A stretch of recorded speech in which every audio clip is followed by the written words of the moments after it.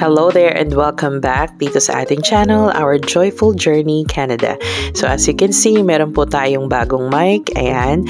So very simple lang itong mic na ito. At least ito medyo mas nakaka-pick up naman siya ng maganda as compared dun sa walang mic tsaka dun sa maliit ko. Yung maliit kasi yung gamit ko minsan.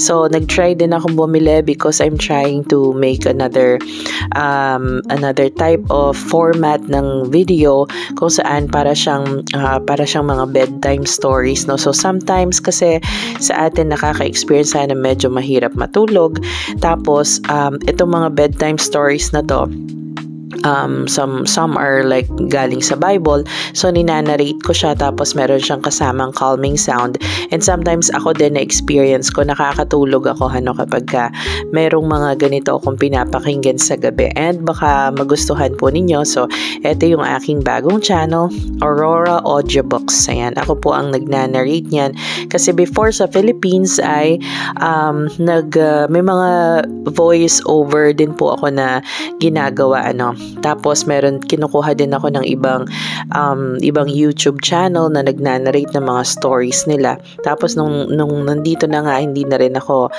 kumuha niyan kasi talagang time consuming, tsaka kailangan mo ng talagang tahimik na environment. So ayan, so I hope makapag-visit po kayo sa aking channel na yan, and dadamihan pa po natin yan. So konti pa lang ngayon nandyan kasi kaka-start pa lang naman natin. Ayan. So, sabi nga sa ating thumbnail ay mga toxic Filipino traits. Ayan. So, marami tayong kilala dyan.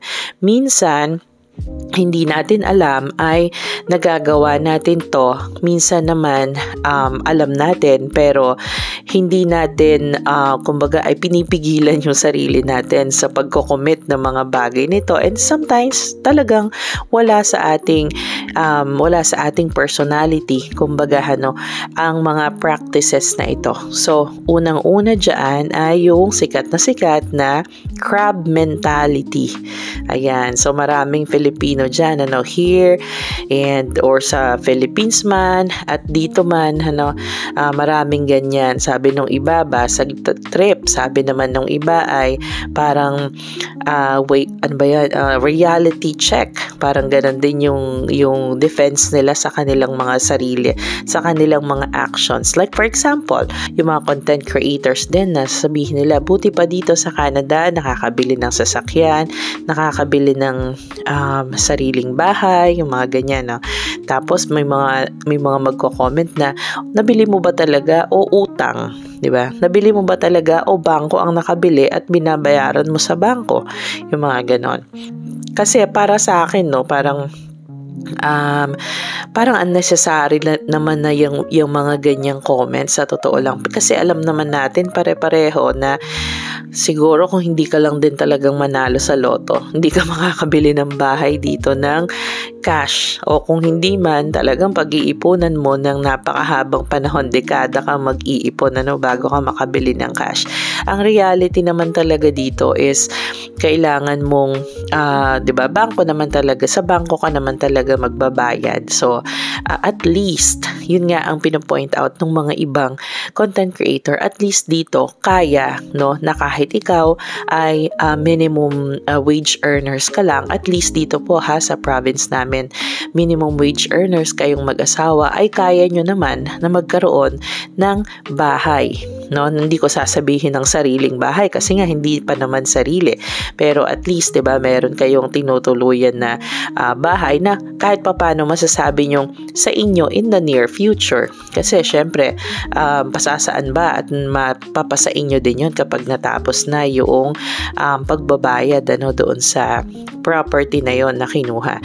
Sa Pilipinas, 'di ba, hindi ka naman talagang makakabili ng bahay din ng basta-basta kung ikaw ay minimum wage earners o kahit nga mag-asawa kayo na may trabaho dyan, na may office job, like for example, medyo matatagalan pa rin kayo na makabili. O yung iba, ang ginagawa nila, nag-a-apply sa sa Pag-ibig or sa bangko, 'di ba? Tsaka at ang maganda dito, kapag halimbawa kahit sabihin mo na utang mo lang itong bahay, no, na binabayaran mo, after ilang years, tapos gusto mong ibenta, kikita ka pa rin, no? Hindi katulad sa, kahit hindi mo fully paid, no? Hindi katulad sa Philippines. Biruin nyo, nung nasa Pilipinas kami, may time talaga na parang gustong hatakin ng bangko yung bahay naming napundar, ano. Ang loan lang namin sa bangko is around 1M lang eh. Tapos yung property na yon during that time was like 5M na yung property. Yan, tapos ang gusto ng bangko is hatakin na yung bahay. So 'di ba, napakagaling naman talaga ng mga bank diyan sa atin. So 1M lang yung inutang mo, tapos parang wala nang 200,000 yung babayaran namin during nung time na nahirapan sumampay yung asawa ko. Gusto na nilang kuhanin yung buong property, pero at least dito kung ibebenta mo siya at tumaas na yung presyo ng bahay mo, ay kumbaga hindi ka pa rin lugi doon sa iyong mga naibayad, kumita pa yung iba. Yung iba nga ganyan naman yung mga ginagawa, pagbili, tapos pagtaas, nagbebenta, kukuha ulit. So, mga ganun dito, very possible yung mga ganyan. So, sa atin, sabi ko nga, ganun nga ang gawain. So, ang hirap din talaga sa Pilipinas ng ganun. So, ayun na nga, tas parang basag trip din talaga yung iba na ganun. And then, sometimes, yung iba naman, parang sabi nila, reality check lang yung sinasabi nila na hindi naman talaga sa iyo yan. Yan ay niloan mo lang, Pero yun nga, parang kailangan pa bang sinasabi yung mga ganon? So, yun naman talaga ang kalakaran. Parang gusto lang nilang na nagyayabang ka lang, hindi naman talaga ganyan ang buhay. Or sometimes, yung mga tao sa Pilipinas ay ganyan. Sinasabi nyo lang yan kasi ganto-ganto, hindi mo alam kung may inis ba, ganon, sa mga nandito na nakikita nila na kahit papano dito, nagkabahay, nagkaroon ng sasakyan. Also, yung mga ganyan na attitude ng mga Filipino. It's both prevalent, mapa nandito man or mapa doon man sa Pilipinas. What else? Yung crab mentality din na yan sa trabaho din, sabihin nila, kumbaga, yung pasipsipan ba, yung mga straw, kung sabihin or kung tawagin, mga magagaling magsumbong, mga, alam mo yon, kung meron ka nakikita na hindi maganda. So, syempre, pwede mo namang sabihin doon sa tao na kinakakitaan mo ng ganun, pero hindi yung lagi kang sumbong ng wala kang hindi naman totoo, to the point na nasisiraan na ng reputation yung mga kasamahan mo sa trabaho. So, may mga ganyan. So, sometimes that's because medyo sila, kumbaga insecure sila doon sa kanilang katayuan. Minsan naman gusto nilang syempre magpalapad ng papel, ganyan, doon sa kanilang boss siguro or whosoever sa company.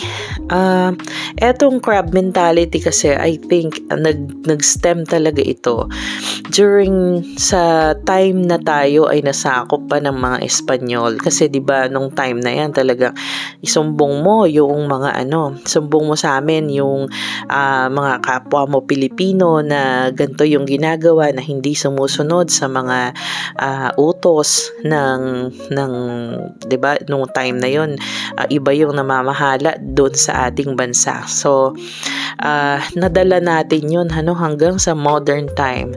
Ganon ka-embedded yung, or kumbaga ganon kalaki yung ginawang impact ng pagmamaliit ng mga Espanyol during their time na sinakop nila ang Pilipinas sa mga mga Pilipino, pansinin ninyo ang sa mga lahi parang ang mga Filipino talaga ang kilala sa ganon na kumbaga maglalaglag ng kanyang kapwa Pilipino para siya ay magkapera, para tumaas ang posisyon niya. So talagang embedded na ito. So sana ay yan ay naiiwasan din natin yung mga ganyang bagay. Kahit naman sa trabaho sa Pilipinas, maraming mga ganyan. And na-surprise ako na kahit pala nandito, may mga ganyan pa rin talaga na practices ang mga kapwa Pilipino. So nakakalungkot na hindi syempre dapat paglipad mo dito sa ibang bansa ay iniwan mo na yun pero yun nga ang lalim kasi, ang lalim ng naging bubog, hindi pa talagang nawawala yung ganong sa atin. Okay, yung isa naman din ay yung parang nasobrahan naman sa pagpapakita ng kanyang mga kakayahan, gano'n na na-afford ko na yung ganito, kaya ko nang bumili ng kahit anong magandang sasakyan, yung mga gano'n. Then sometimes beyond their means na yung kanilang mga yung mga ginagawa nila or binibili nila kumbaga. Ito naman, pwede nating sabihin na deserve niya yan kasi nagtatrabaho naman siya. Pwede naman, kaya naman. So, pwede din ganon. Kaya lang, sometimes yung iba talagang hindi na totoo, alam mo yon yung mga pinapakita na dito. Kasi minsan may vlogger ako nakita, more on sa Facebook siya parang sa YouTube, di ko siya masyadong nararamdaman dito. Sa Facebook yon, tas parang taga dito din yun sa Manitoba. Sabi niya, yun daw, hindi niya daw kayang ipunin yung 1M in pesos sa Pilipinas, pero dito daw panggastos lang nila ng pamilya niya yon ng isang buwan. Sabi, I don't know kung nagkamali lang ba siya ng type doon sa kanyang alam mo yon, or talagang way niya yon para makagain ng ng maraming engagement sa audience, kasi talaga makikita mo din naman doon puro mga negative yung kanya, yung nagko-comment sa kanya anyway kung style niya yon di good for him, maraming sa kanya, maraming pumapansin, pero parang in a way nakakaano din yon, nakakapangit din naman ng pagtingin ng mga tao dito sa mga workers o sa mga Filipino dito sa Canada. Baka isipin nila yung mga taga Canada na yan napunta lang ng Canada, mayayabang na, baka ganon. Pero hindi naman din siguro, kasi siya lang naman yata yung ganun, Karamihan naman sa mga nandito sa Canada, ang usual na binablog ay yung kung ano talaga yung reality ng buhay dito, Hindi naman masyadong ganun sa kanya na parang delirious na, yung mga sinasabi niya sa sa kanyang vlog. So, ayun. Pero ang work niya naman ay minimum wage earner lang din naman siya. So, tapos 1M, 'di ba? So, parang hindi naman talaga makatotohanan yung ganon. Ayun nga, and sabi ko nga, yung pagbili ng mga magagarang gamit, sasakyan, bahay, ganyan, sa bagay kasi yung worker lang din naman o yung tao lang din naman ang magbe-bear lahat nun, 'di ba? Probably ready naman siya dun sa bigat ng bibit-biting niya, sa bigat ng babayaran niya buwan-buwan, So yun nga, tapos makikita mo sasabihin nila, para ka lang dito, para ka lang nagtatrabaho or nabubuhay para magtrabaho. Paano nga kasi bumili ka ng magandang sasakyan, bumili ka ng malaking bahay na ang laki ng mortgage, 'di ba? Ang sasakyan mo, laki ng hulog, laki ng insurance. Ano ang gagawin mo? 'Di ba bayaran mo lahat 'yon? Tapos dami mo pang sa credit card, kasi kung mag-shopping ka ay 'di ba gusto mo lagi lahat ng suot mo ay branded, yung mga ganun. kaya talagang maano sa'yo yan, mental burden yan, ano.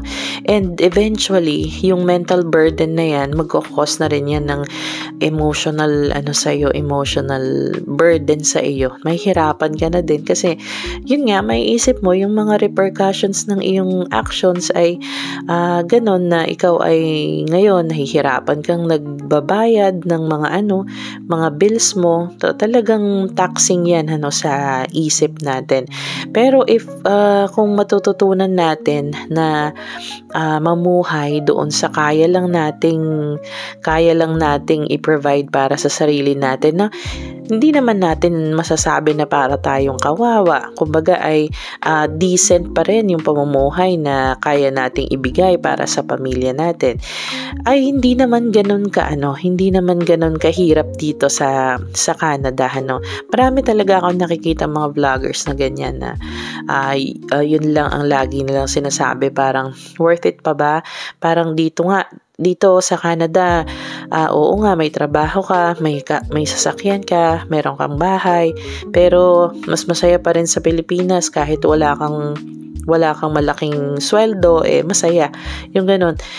Ang tanong, bakit mo ba inaabot yung ganyang kalungkutan?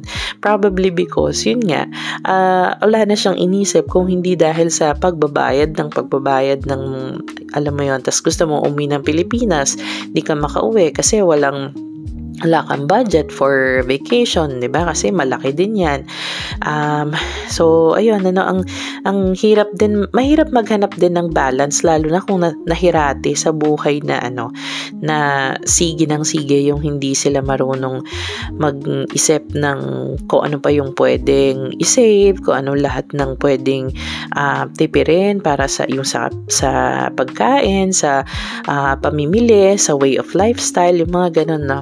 Mahirap talaga, pero sabi ko nga it takes practice. Sa una talaga mahirapan kayo. Like ako nung teacher ako, magastos talaga ako nun. So, isa yan sa ko na, nung hindi na ako nagtuturo, dun ko na subukan o dun ko na natutunan kung paano talagang magtipid. Tapos, ayun, tas eventually, nakatulong talaga yon na nandito na kami, matipid na kaming mamuhay. So, isa yun, tas hindi ako materialistic, pero before talaga, kailangan mong bumili ng para hindi ka naman mukhang kawawa sa paningin ng mga kasamahan mo sa work. May mga ganyan na time tayo, no? Pero dito sa Canada, isa pa yun sa maganda dito. Hindi mo kailangang magbibili dito ng mga para sa pagtatrabaho mo, no? Kahit very basic lang na mga gamit. So, depende na nga din talaga yan sa tao. So, isa pang nagiging negative trait o isa pang nagiging toxic trait ay yung utang na loob. 'Di ba? Yung kultura ng utang na loob. Bakit ko sinabing nagiging? Kasi ito ay initially maganda naman talaga, no, yung utang na loob. Pero sabi nga, anumang sumosobra ay nakakasama. So like for example, dito sa utang na loob, so may mga tao na minsan ka lang natulungan, lagi na bang ina-assert, no, yung naitulong mo sa kanila, parang ganon. May mga ganyang tao talaga, no. And meron naman na marami ka nang naitulong, paglipas ng ilang panahon, parang wala kang naitulong sa kanila, or pag ikaw na turn mo na nangailangan ka naman at lumapit ka sa kanila, kasi nga of course iniisip mo na natulungan ko to, so baka naman may chance din na matulungan nila ako. So yung ganon, ayaw nilang tumulong, or kahit alam mo na meron sila, or may maitutulong sila, ay hindi sila or nagdadamot sila ng tulong. So may mga ganyang individual po, So, paano ba talaga ang pagtanaw ng utang na loob, 'di ba?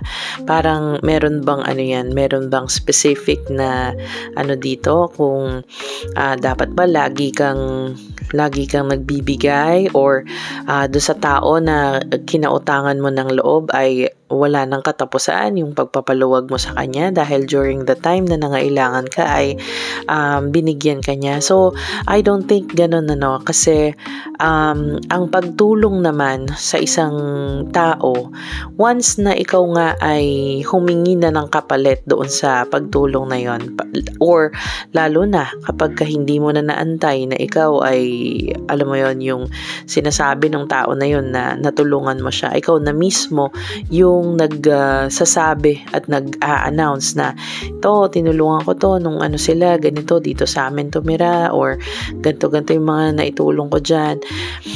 Pag ganon, ultimately, yung tulong mo na sana ay na-acknowledge ng nasa taas, nawawala na ito.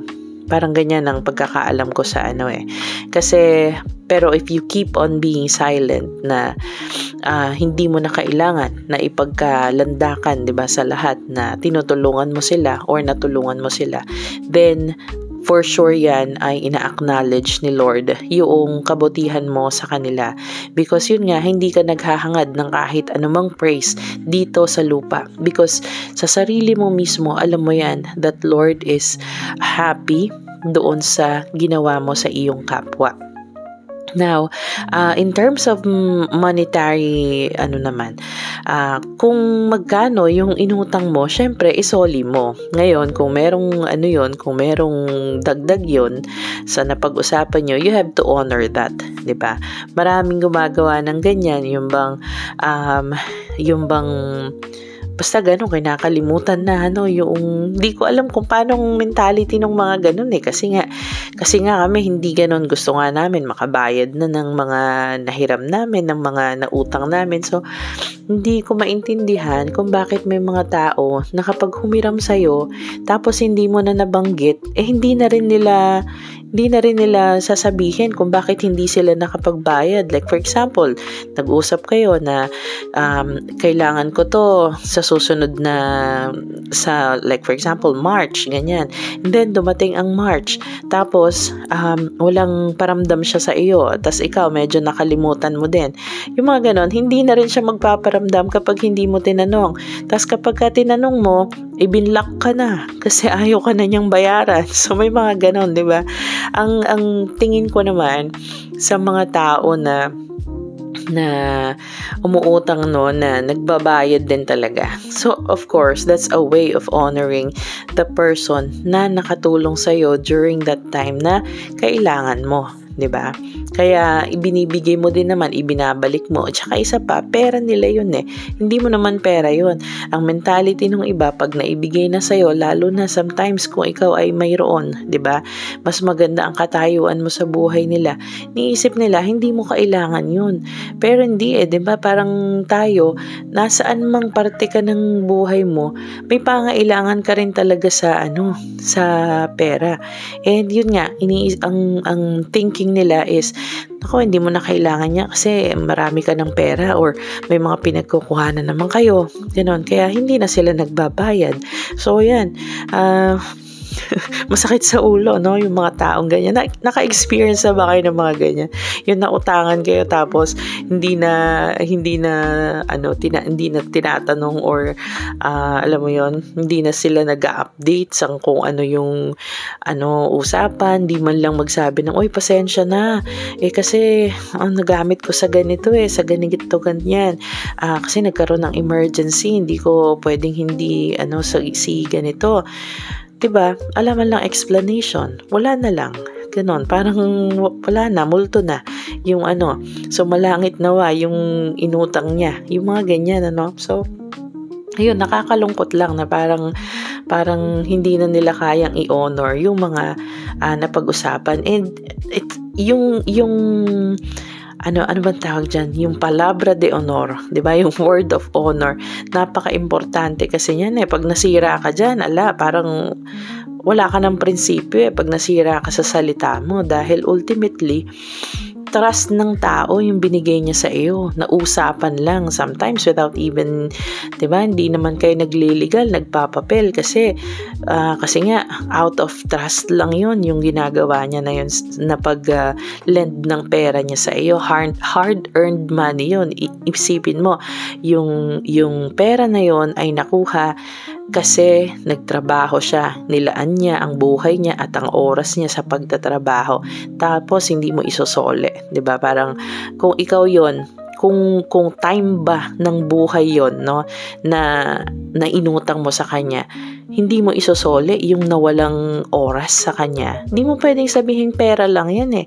Kasi sabi ko nga, yung ginugol na oras dyan ay oras na naubos doon sa tao para lang magkaroon siya ng pera na ipinahiram niya naman sa iyo. So, kailangan nyo nang makita ng mga taong humihiram ng salapi. Ayan. Diba? Parang medyo yung damdamin ko rot kasi ayun. So, kami naman ay may mga utang din kasi nga, syempre, kinailangan naming umutang, ganyan, para makarating dito. Pero talaga namang nagbayad kami doon sa mga kinautangan namin sa Pilipinas, ano. So, ayun lang ang aking mga konting take sa mga toxic Filipino traits. Ano pa ba ang mga ibang toxic Filipino traits na alam nyo? Mag-comment nga naman po kayo sa baba at gagawa natin ng version 2.0 yung mga toxic Filipino traits na yan. Yan. And medyo mag-reflect din tayo sometimes sa ating mga sarili, no? Na ako ba ay nagiging